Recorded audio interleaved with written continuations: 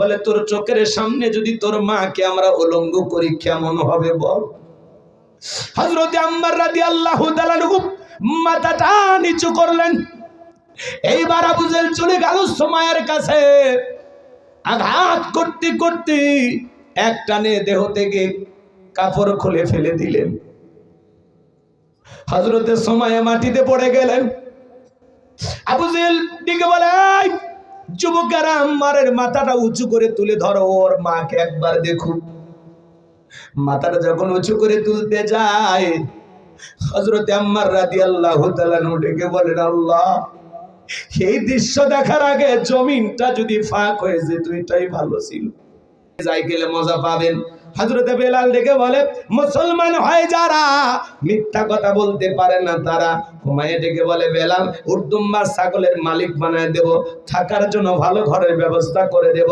হযরতে বেলাল ডেকে বলে, উমাইয়া, দুনিয়ার কোন পার্থিব সম্পদের বিনিময়ে বেলাল তার ঈমান বিক্রি করবে না। এই কথা বলার পরে উমাইয়া ডেকে বলে, বেলাল রে, আমার কথা না শুনলে বড় নেতা আবু জেহেলকে খবর দেব। হযরতে বেলাল ডেকে বলে, কোন বড় নেতা ছোট নেতা কোনো কাউকে গোনার টাইম নাই।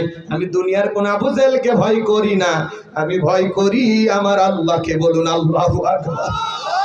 এইবার উমাইয়া দৌড়ে চলে গেল আবু জেহেলের বাড়িতে। যা বলে, নেতা, সংবাদ খুব খারাপ, আমার বাড়ির কৃতদাস বেলাল কালেমা পড়ে মুসলমান হয়েছে। তাই নাকি? বলে, হ্যাঁ।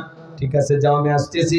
আবু জেহেলের একটা বিশেষ বাহিনী ছিল, ক্যাডার মাস্তান ছিল, সাঙ্গ পাঙ্গ ছিল, যাদের কাজই হলো মুসলমানদের উপর নির্যাতন, জুলুমের স্টিম রোলার চালানো।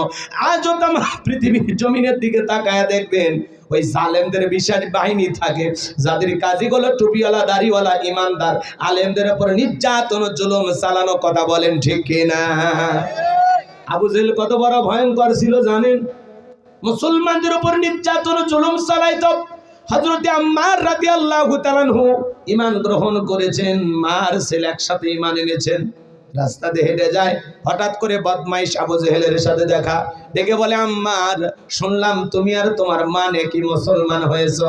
হযরতে আম্মার রাদিয়াল্লাহু তাআলা ডেকে বলেন, হ্যাঁ, আমরা নবীজির হাতে হাত রেখে কালেমা পড়ে মুসলমান হয়েছি।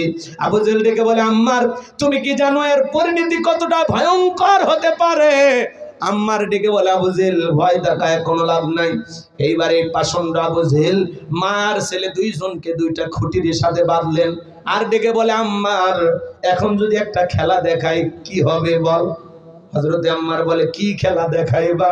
বলে, তোর চোখের সামনে যদি তোর মাকে আমরা উলঙ্গ করি কেমন হবে বল। হযরতে আম্মার রাদিয়াল্লাহু তাআলা মাথাটা নিচু করলেন। এইবার আবু জেহেল চলে গেল সুমাইয়ার কাছে।